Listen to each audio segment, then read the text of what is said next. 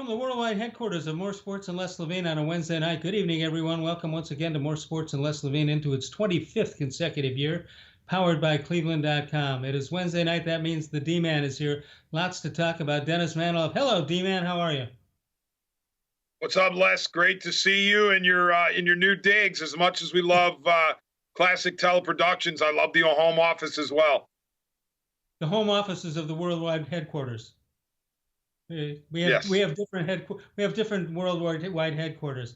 All right, lots to talk about. Let me ask you first, because of the news of the Big Ten, where the Big Ten athletic directors have decided to sort of, not that, I guess you could say they're giving the Eastern Championship to Ohio State, although there's no way that they would have lost against Michigan this Saturday.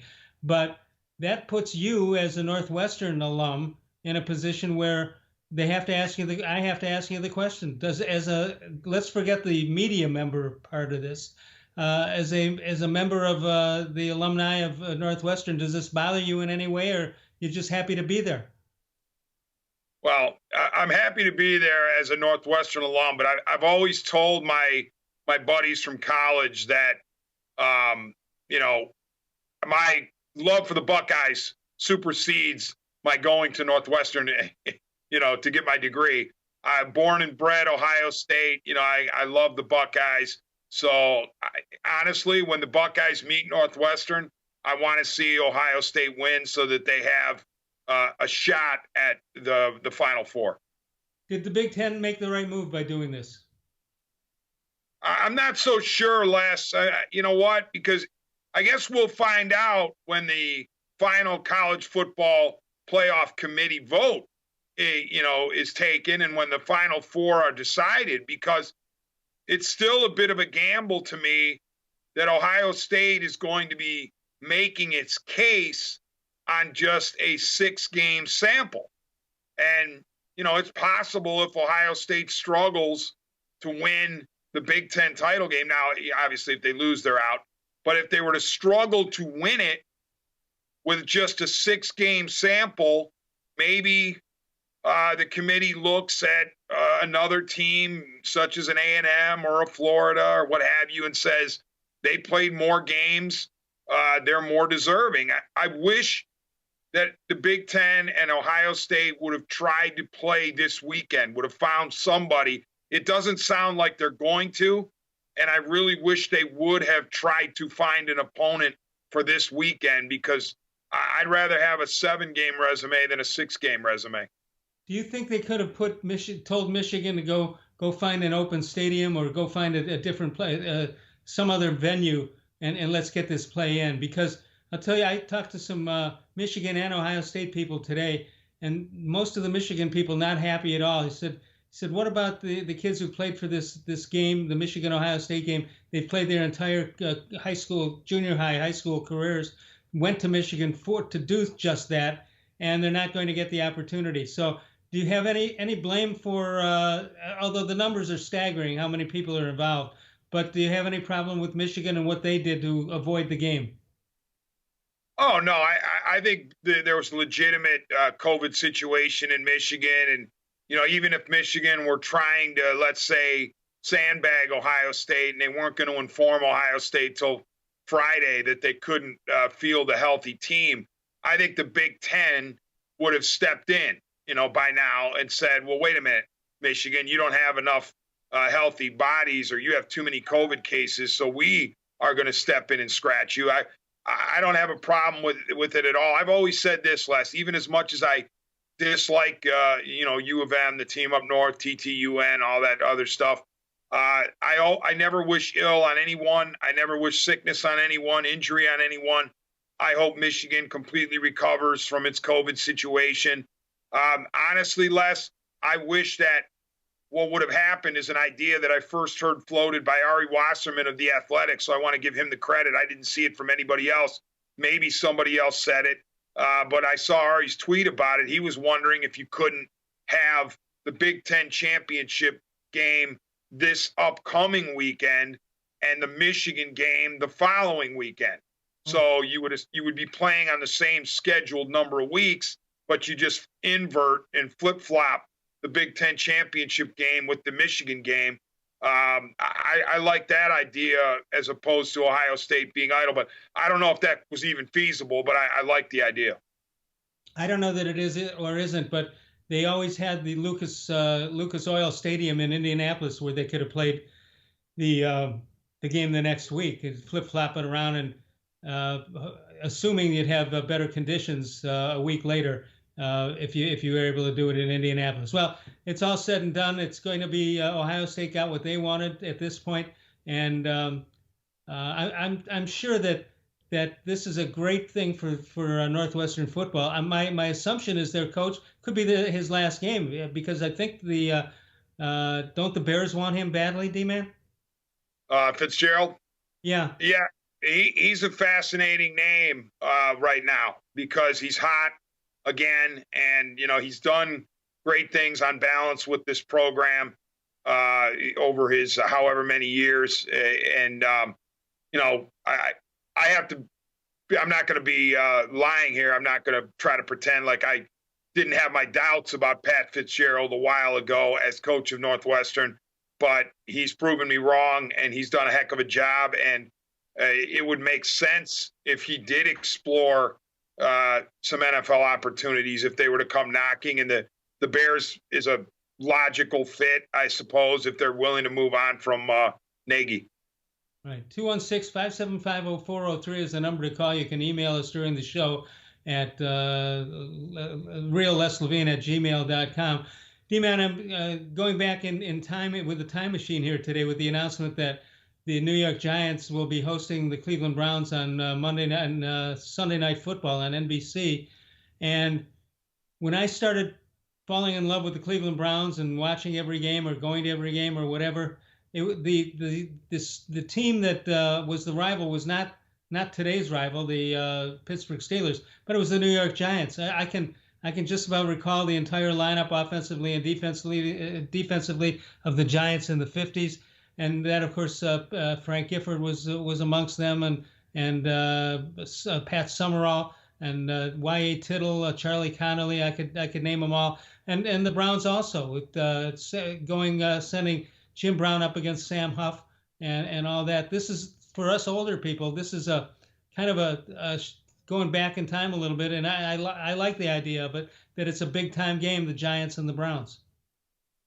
Yeah, Les, and isn't it true that the Dallas Cowboys game got booted out of that spot? Yes. And that's what I thought I heard. Cowboys and 49ers. Yeah, how interesting, Les, that in 2020, the Dallas Cowboys have to make way, or make room for the Cleveland Browns. Right. Especially when, what's that, Les? No, go ahead. Well, what I've tried to tell people on the radio, and of course I'll tell them, your worldwide audience on the Les Levine show, is this. For those Browns fans who are saying, 9-3, largely built on bad teams, and they beat the Titans and they beat the Colts, big deal. They haven't beaten Pittsburgh or Baltimore yet this year, and wake me up when they go deep into the playoffs and all that kind of stuff. I say to them, enjoy this in the moment, number one, because 9-3 does not happen very often for this franchise, certainly since 99. It never has happened, and the last time they were 9-3 was 94 with Belichick. But the other thing is, what's that? And Testaverde. Yeah, I mean, but here's the thing: the NFL is not for long, and that applies to in a lot of cases, not just injuries. But you don't know from 1 minute to the next if you're going to be a good team. You might be a bad team the following year if a couple guys get hurt. You might think your rebuild is on schedule, and all of a sudden it gets derailed. Or maybe you go from 4 wins to 11 wins because of a soft schedule and a lot of breaks. I just urge people to remember this. It wasn't that long ago, 2016 and 2017, when the Cleveland Browns won 1 game and lost 31, okay? And after that 2017 0-16, the head coach of the Cleveland Browns by the name of Hugh Jackson fulfilled his promise and jumped in Lake Erie because his 0-16 was worse than his 1-15. I witnessed it. I was there, Huntington Beach and Bay Village. I saw an NFL head coach jump in the lake because his team went 0-16. At that point, I said to myself, you know what? I'm glad they're doing this for charity. I'm glad they're trying to put a positive spin on it. And Jackson was even calling it a cleansing.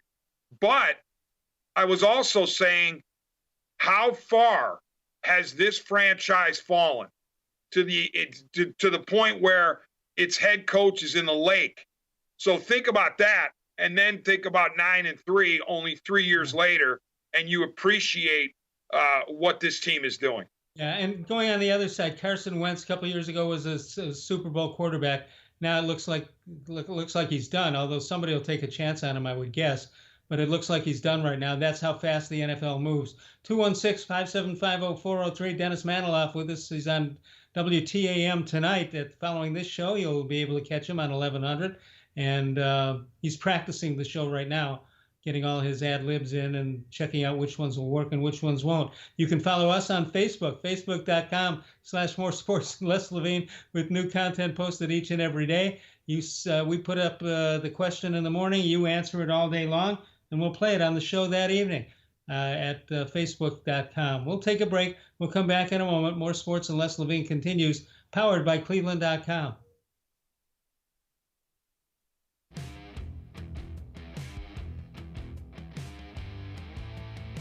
Presque Isle Downs and Casino has sports betting. Use one of our 50 state-of-the-art Bet America kiosks to place your bet and watch your favorite games on one of our many HD televisions, or visit our sportsbook area. Only at Presque Isle Downs and Casino.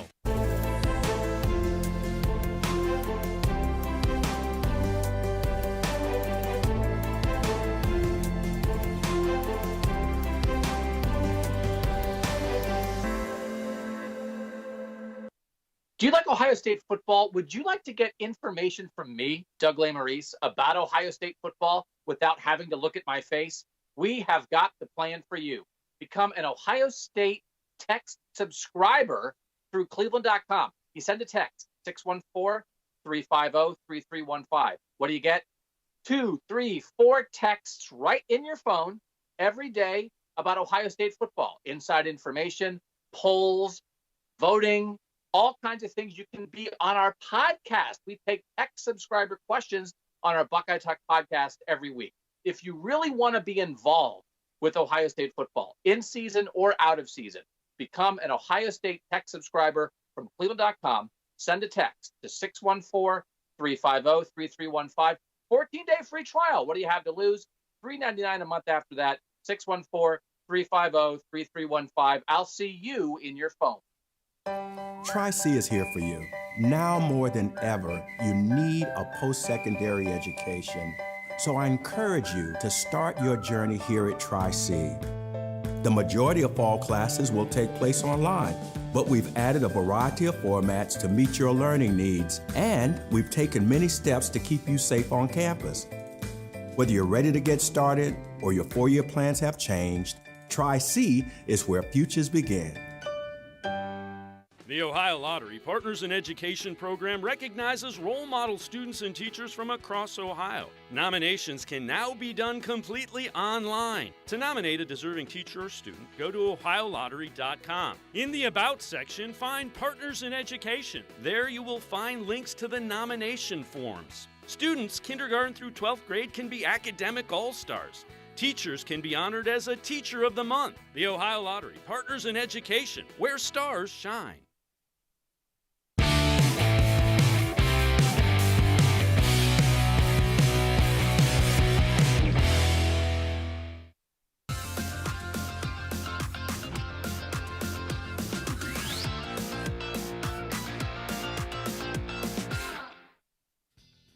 Throughout his time with the Browns, Rashard Higgins has always seemed to have a chemistry with Baker Mayfield.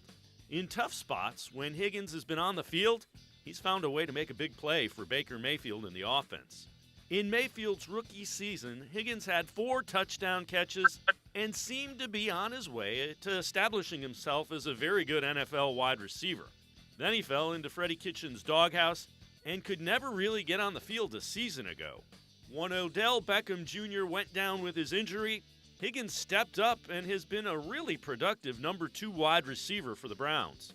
In 6 games since Beckham has been injured, Higgins has accounted for the second most receptions behind Jarvis Landry and nearly as many yards receiving as Landry. Higgins has had a couple of big games when the Browns have thrown the ball a lot, and he again seems to be the guy that finds a way to come up with the key first down catch for the Browns when the defense is keyed in on Jarvis Landry. Higgins has likely played himself onto the Browns roster long term. He's a willing blocker in the run game, and when given the chance can hurt defenses in a number of ways. The perfect number 3 receiver on a very good team. There you go, Rashard Higgins, who will play an important part on this team if they continue to do as well as they have. 216-575-0403 is the number to call. The D-man, Dennis Manoloff, is with us tomorrow night. The other D-man, Daryl Ryder from 92.3 The Fan, will join us, the dangerous Daryl Ryder, as we continue on. D-man, tell me your thoughts as the Browns did an incredible job coming out of the locker room on Sunday against Tennessee. I don't think anybody expected it. They also didn't expect to almost give it away, but I never thought it was in danger, although maybe I should have thought it was. What was your thought as that 4-touchdown barrage was taking place by Baker Mayfield in the first quarter? Honestly, Les, I was greedy and said it should have been 5 touchdown passes in the first half, not 4. Right. And Donovan Peoples-Jones would be the first to acknowledge that he should have caught that slant over the middle inside the 10-yard line. He would have walked in for a touchdown. The Browns had to settle for the field goal on their first possession, and then their next 5 possessions were touchdowns. So conceivably, they were within 1 drop pass of 6 possessions, 6 touchdowns, and a 42-7 lead. As it were, they settled, or as it stood, they settled for 38-7. And, just a remarkable job by Kevin Stefanski to have his team ready to play. Baker Mayfield absolutely lights out. He was dealing. I mean, he was basically perfect in that first half, as far as I could tell. Maybe 1 errant throw in there and maybe a couple for the game, but he was tremendous. And here's the other thing I thought about after the game was over and after we saw how it played out. I wonder if Kevin Stefanski didn't say to himself, okay, first of all, I got to score points, okay, to keep up with the Titans because they're going to score. They're at home. They're potent. They just came off of a high-scoring game against the Colts. They've got Derrick Henry. So I need to score. And I also think that, and I'm trying to be in Stefanski's mind, I'm thinking that they're thinking that we're going to run the ball. And all we're going to do is run the ball and try to control the clock. Well, why not try to score points against their secondary, which is nothing to write home about? And therefore, Stefanski was willing to turn Baker loose. And the next thing you know, the Titans were buried so deep, they really couldn't utilize Derrick Henry. I mean, he finished the game 15 carries for 60 yards. And so what Stefanski was able to do in that first half with the big assist from Baker Mayfield was to not only score points for his own team, but he neutralized the other team's biggest weapon, which was running back Derrick Henry. Yeah, and I think I didn't hear anybody say it except me, but maybe somebody else did. And that is that when Peoples-Jones dropped that ball, there are a lot of coaches we've had in recent years that would not think about throwing back to him anytime soon. And yet, whether it was Stefanski or whether it was Baker, one of them on the very next opportunity threw that pass, goes for 75 yards. I'm not sure a lot of the coaches we've had here would have put enough faith in that receiver after dropping that easy one. That's a good call, Les. Granted, the Browns were thin at receiver, so Peoples-Jones had to play.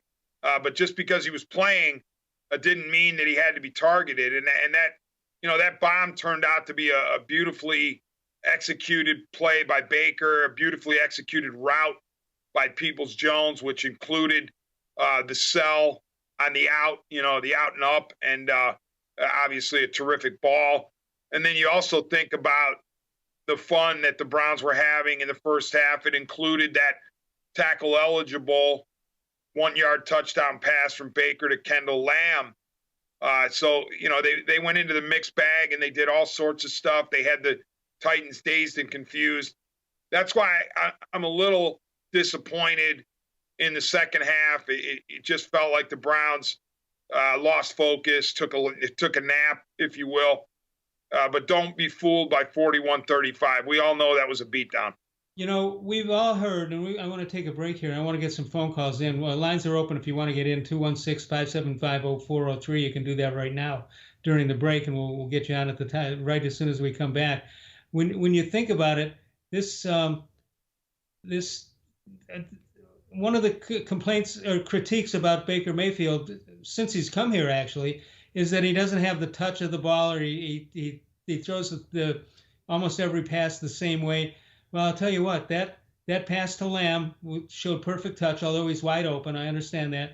But what he did show, and we've been told he wasn't very athletic, that pass that was thrown to him, to Baker, there was about five athletic moves in that one pattern, which I don't think he certainly hasn't shown it to us. He's probably shown it in Berea, but we didn't. That was a phenomenal play.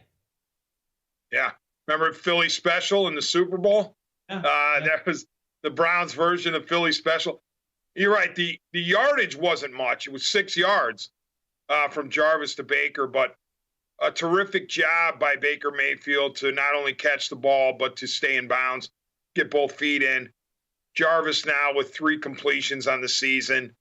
And honestly, Les, when they go to Jarvis Landry as a thrower, I don't consider it a trick play anymore. No. I mean, I'm not saying it's part of the repertoire, but I'm not like, oh my gosh, that was the best trick play ever when Jarvis Landry throws the ball, because he's got a legitimate arm and, he can sling it. And so it doesn't surprise me when he does throw it. And when you throw a pass like that and you throw a pass to the lineman Lamb, it's hard to describe for people who haven't been in a locker room or around players like this, how excited they get and move on to the next thing. There's just that little added touch in continuing on the game. 216-575-0403. Dennis Manoloff with us. You'll be able to hear him on WTAM 1100 following this show. And we'll take a break and come on back. Line is open if you'd like to get in. 216-575-0403. More Sports and Les Levine is powered by cleveland.com.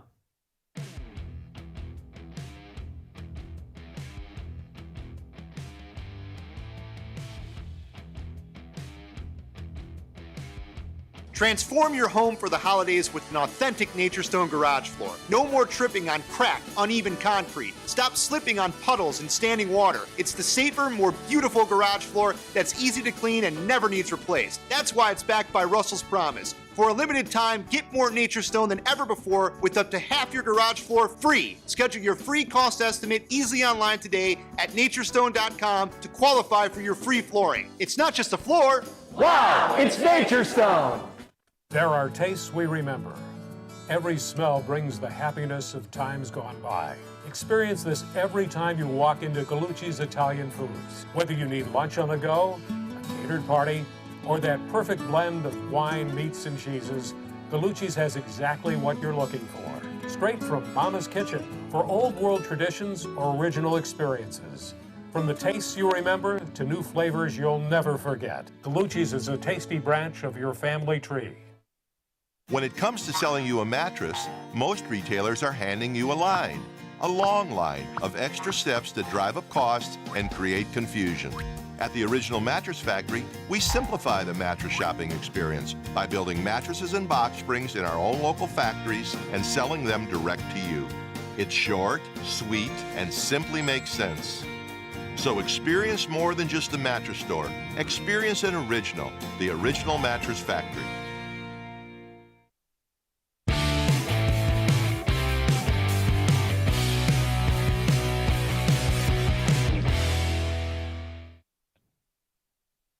Birthdays for today, the 9th of December. You've got Cliff Hagan, who used to play for the St. Louis Hawks. Deacon Jones, great defensive lineman. Dick Butkus, one of the all-time greats. Otis, my man, from Animal House movie. World Be Free. And I told you to call. Hold all my calls here. Otis Birdsong was born in 1955. 216-575-0403 is the number to call. Dennis Manoloff is with us. Can't take personal calls on the air, Dennis. You know better than that. That's not my phone, Les. Oh, I know. I just can't yell at myself at this time. I'll yell at myself after. What do you expect the last couple of games here? You got some interesting contests. In fact, the Giants game looked easy about a month ago. It doesn't look so easy now, and that'll be on national television on NBC. What do you think of the 4 games coming up? Yeah, Les, I believe Freddie Kitchens is still a position coach with the Giants. Is he not? Tight ends, I think. Yeah. So, that is fascinating. Now the Giants lead the NFC East at 5-7. They own the tiebreaker over the Washington football team, which, by the way, is just an amazing story under Ron Rivera and Alex Smith. Yeah. Think about Ron Rivera battle. Tell Dan Snyder he should keep the name. He should just keep the name as the Washington football team. Yeah, people enjoy it. They enjoy saying WFTs and the Washington football team. But let's think about that. Ron Rivera battling cancer while coaching an NFL team. Alex Smith, basically the third choice at quarterback for the Redskins. Excuse me, I just said it. The Washington football team. Basically the third choice.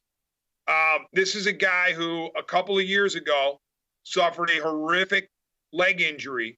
It was as bad as Joe Theismann's, actually. Well, and then it got worse, Les, because of the infections that set in. And there were questions about whether he was even going to have that leg, if it needed to be amputated. Those were legitimate questions. And then once the leg was able to survive, was he going to walk? Was he going to run? Certainly not play football. Well, here he is out there playing football and helping the Washington football team win games, go to Pittsburgh, beat the previously unbeaten Steelers, and they're, right there with the Giants in the NFC East. But to your point about the Browns schedule, the Ravens game is going to be delicious as a Monday nighter. And then, the Giants are in it. And obviously, even at 5-7, they lead the division. So that's meaningful. The Jets, you would think is going to be an easy game, but they have been giving some teams a game of it lately, including the Raiders. They should have won the game. Of course, Greg Williams fired after that. So who knows what you'll get there. And then the Pittsburgh game might actually mean something if the division is on the line. So it sets up to be a really fun final 4 games of the season. Do you think that the Ravens and the Steelers, that their players have any added respect for the Browns over the last month or so, or do you think until they show them they can beat those teams that they'll lack in that respect? I think it's the latter, Les. I think if you put the Ravens and the Steelers on truth serum, privately they would say we don't respect these guys until they beat us. And I know the Ravens have been beaten by the Browns recently, and the Steelers got beat by the Browns last year when Mason Rudolph was quarterback. But my point is, when Lamar Jackson is full go and their offense is full go, I don't think they think the Browns can beat them, especially with the Ravens defense. And when Roethlisberger is healthy and the Steelers have weapons, I don't think the Steelers think the Browns can beat them. But you know what? That's okay. I mean, who cares? And the Browns do have to prove it. I totally understand that. What you'll probably get publicly, though, this week from the Ravens is, hey, the Browns have gotten our attention because they're 9-3, and this team looks on film different than the team we faced in week 1. But I don't think that they're going to necessarily say they respect the Browns until they beat them. Well, they got a situation. If they don't win the game, they're not going to make the postseason. I would guess. Right. They have to win straight out. I mean, you don't know for sure, but it looks like they're going to have to run the table to make the postseason. Yeah, and the Ravens' schedule is not that difficult, the rest of the way. And they're looking at the Browns game saying, well, okay, this is supposedly our toughest test for the remainder of the season. So they're eyeballing running the table after beating Dallas last night.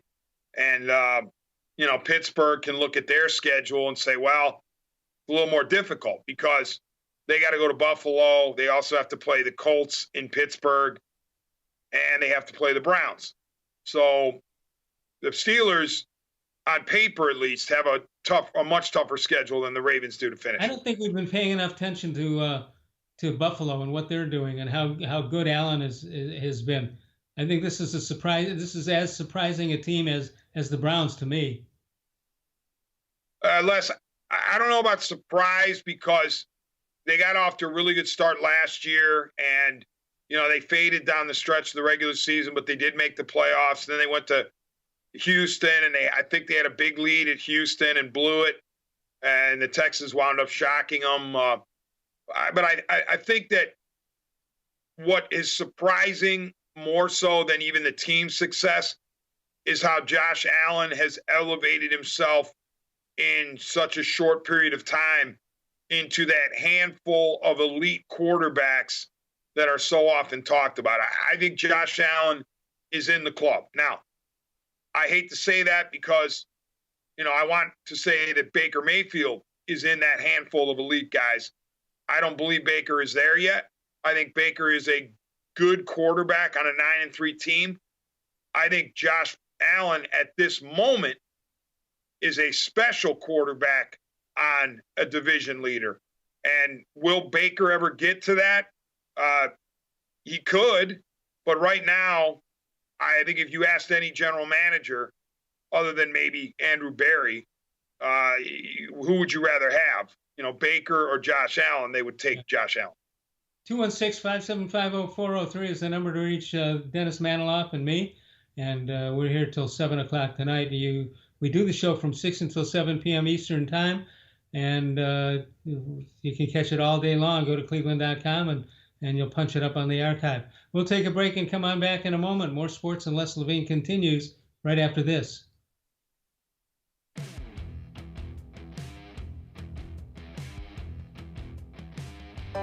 We're living in uncertain times, but you don't have to put your future on hold. At Tri-C, you can move ahead while staying safe and saving money.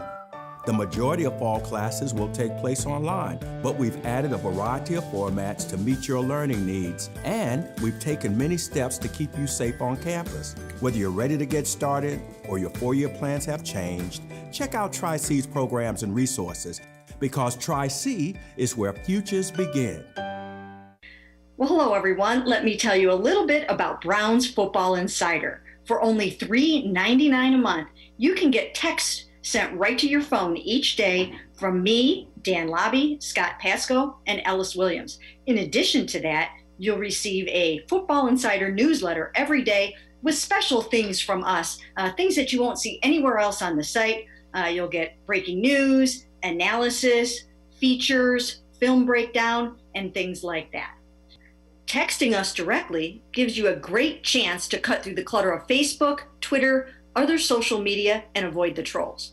Also, it's the only way to get your questions on the Orange and Brown Talk podcast. So why should you sign up? Try a 14-day free trial. You can cancel at any time. All it takes is one text, but you won't want to cancel. We have hundreds of subscribers join us over the last year. They love it and have stayed with us. We're seeing the Football Insider community grow every week. And it's only $3.99 a month, which is less than 14 cents a day. What I like most about Football Insider is the opportunity to connect with you one-on-one and really communicate with you. So how can you become a Football Insider? You can click on cleveland.com/Browns, the blue banner at the top of the page. Or easier yet, text me at 216-208-3965. Again, that's 216-208-3965. It takes attention to detail. With your local Bryant dealer, you're getting more than just a technician. You're getting someone who pays attention to your needs and the little things that make a big difference. It takes a dealer you can rely on And to keep your family warm this winter, here, let me show you how this works. it takes Bryant. Bryant, whatever it takes. And to keep your family comfortable, it takes Smiley One Heating and Cooling. Find them at smiley1.com.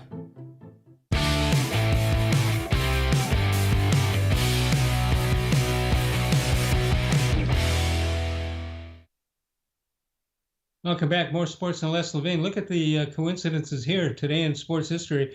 All on December 9th, 1995, Eddie George wins the Heisman Trophy. 2006, Troy Smith wins the Heisman Trophy. In 2017, Baker Mayfield wins the Heisman Trophy. Hey, D-Man, I'm voting again this year on the Heisman Trophy. Am I a homer if I go with Ohio State and their quarterback, or am I okay doing that? You're fine.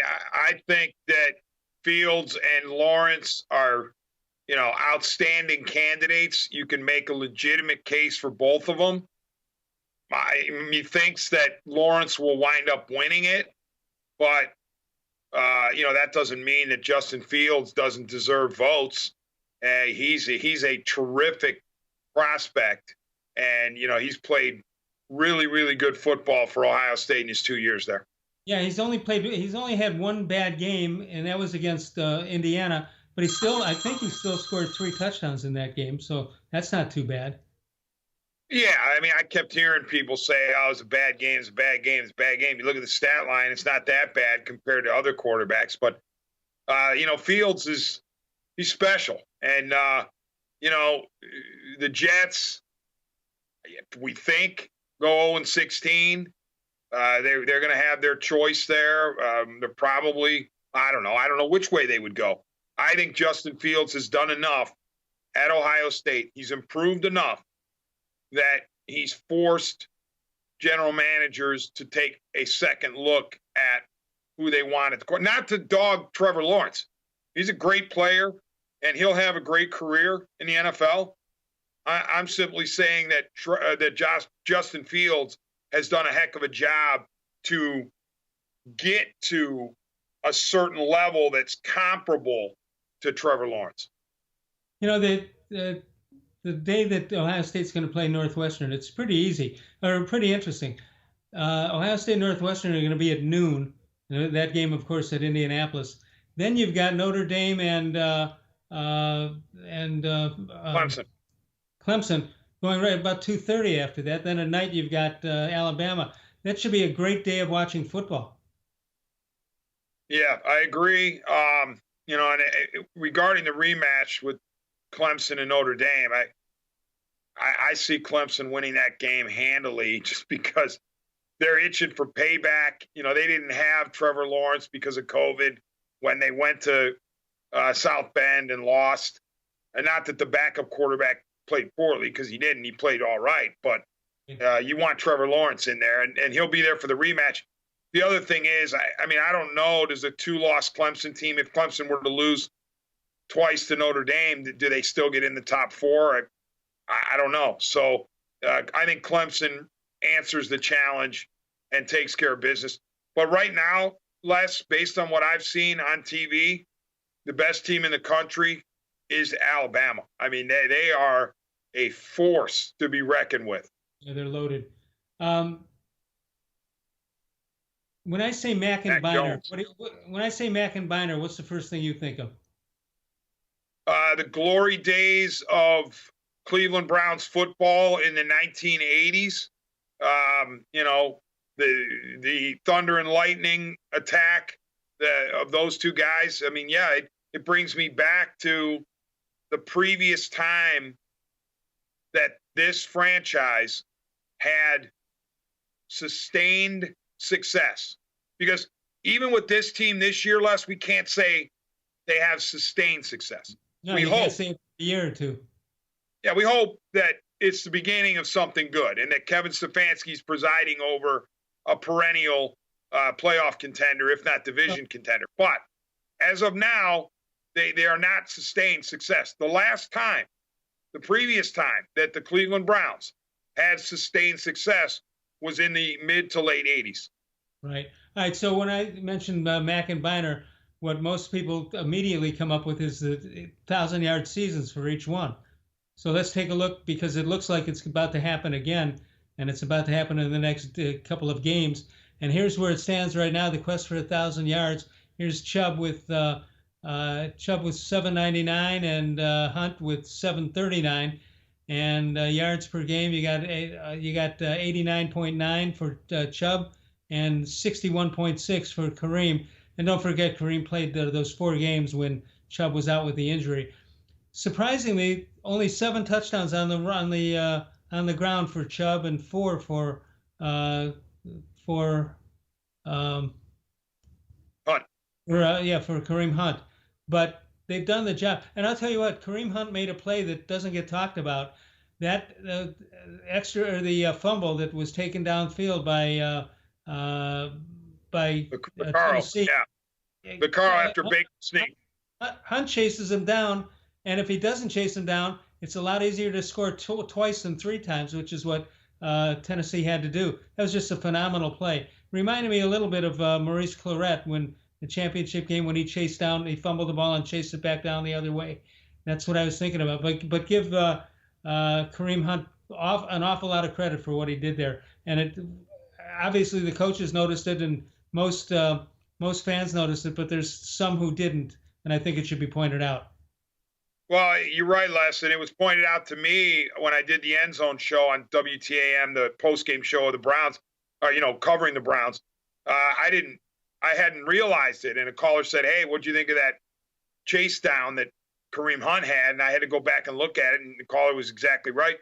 But you know what that is? And not only is it a credit to Hunt, but to me, it's a credit to Kevin Stefanski, because this is the culture that he is building at Lou Groza Boulevard and First Energy Stadium. He's building a team that is about team, that has each other's back, that has unselfishness to it, that, is willing to cover for the other guy. And that type of play that you see when you have a full buy-in, when everybody is pulling on the same rope, the same direction, that's the type of play you get. Yeah, and it's also going to be interesting, and hopefully it doesn't take too long, but visiting teams may not want to come here for a while First Energy Stadium becomes a hotbed of activity. And if it does, it'll be tough for some of these visiting teams to come in. Let's take a break. We'll come on back. There's some baseball news I want to talk about. And more sports, and Les Levine is right here on cleveland.com.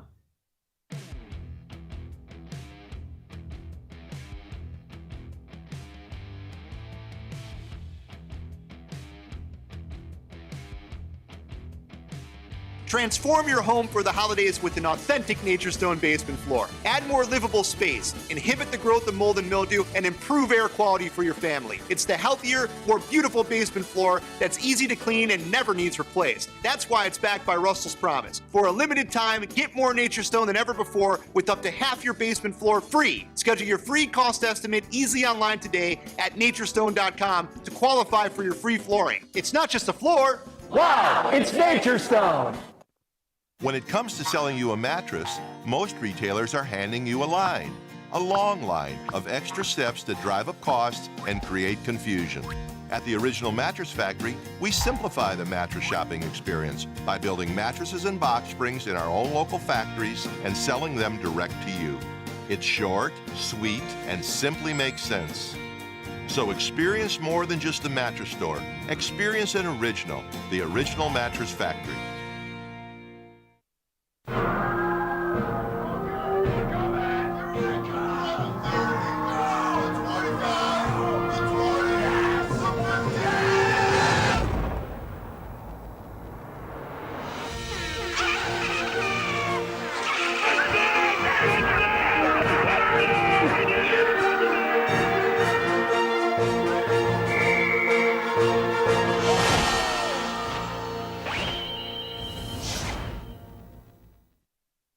Presque Isle Downs and Casino has sports betting. Use one of our 50 state-of-the-art Bet America kiosks to place your bet and watch your favorite games on one of our many HD televisions, or visit our sportsbook area. Only at Presque Isle Downs and Casino.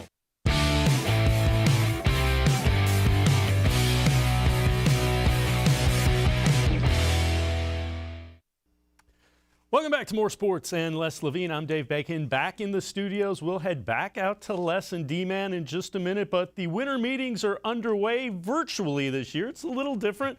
We welcome in national baseball reporter for MLB.com, Anthony Castrovince. He has also written the book, A Fan's Guide to Baseball Analytics.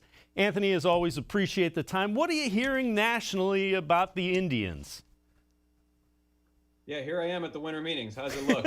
Not the usual hotel lobby this year. All the conversation about the Indians just revolves around the trade market, and obviously Francisco Lindor being a central figure of this winter's trade market, and also how deep does this get? Carlos Carrasco's name is out there as well, with so many teams in need of starting pitching, but Lindor is obviously the centerpiece. Everybody knows that he will not be a Cleveland Indian come opening day 2021, but it's a more limited market than you'd like for his services, given that where his arbitration price tag is around $20 million and only 1 year of control. It's a small number of teams who can really do that deal and give something of value back to Cleveland. So that's just kind of where things stand, unfortunately, as the Indians are more about paring down the roster than building it up right now. And really, they let Santana go, declined his option. They bought out Hand. Those are strictly financial decisions, correct? Yeah, I mean, Hand, there is some argument that the peripherals beyond, you look at the ERA was very good. His results are overall very good, but there's stuff beyond that when you look at the way his velocity has trended downward the last couple of years and hard hit rates and things of that nature. There was certainly an argument not to pay him the $10 million regardless of your economic situation. I think we saw that in the marketplace. They put him on waivers where any team could have claimed that option and nobody did. So I think that speaks to kind of the industry valuation of Brad Hand. When you look at what the Indians might look at, like if they trade Francisco Lindor, and you're saying it's more when and where as opposed to if, that offense is challenged, correct? Yeah. It is, yeah. It's a clear moment of transition for this ball club, and I wouldn't call it an outright rebuild because that's not how they're built. They have a strong farm system as is. They have strong young talent that is in some cases at the big leagues or graduating to the big leagues. So it's not like a major rebuild project, but it is a team that's definitely getting younger and cheaper. And younger and cheaper does not always equate to better in the immediate. This team had offensive issues even with Francisco Lindor. So unless you are going to really try to build around him, which for whatever reason they didn't do the last couple of years, I think they really left themselves short. They tried to both keep him and save money elsewhere, and it didn't work out. They needed to do more offensively for that club and didn't. And now projecting forward, if you don't lose him in a trade, you're going to lose him in free agency. So it's long made sense to trade him, quite frankly. They're kind of past the point of peak trade value, to say the least, with only 1 year of control left. But yeah, the offense is going to take a hit, no doubt about it. Who are some of the names that, and you were an Indians beat reporter for a number of years, so you know the passion this community has for him.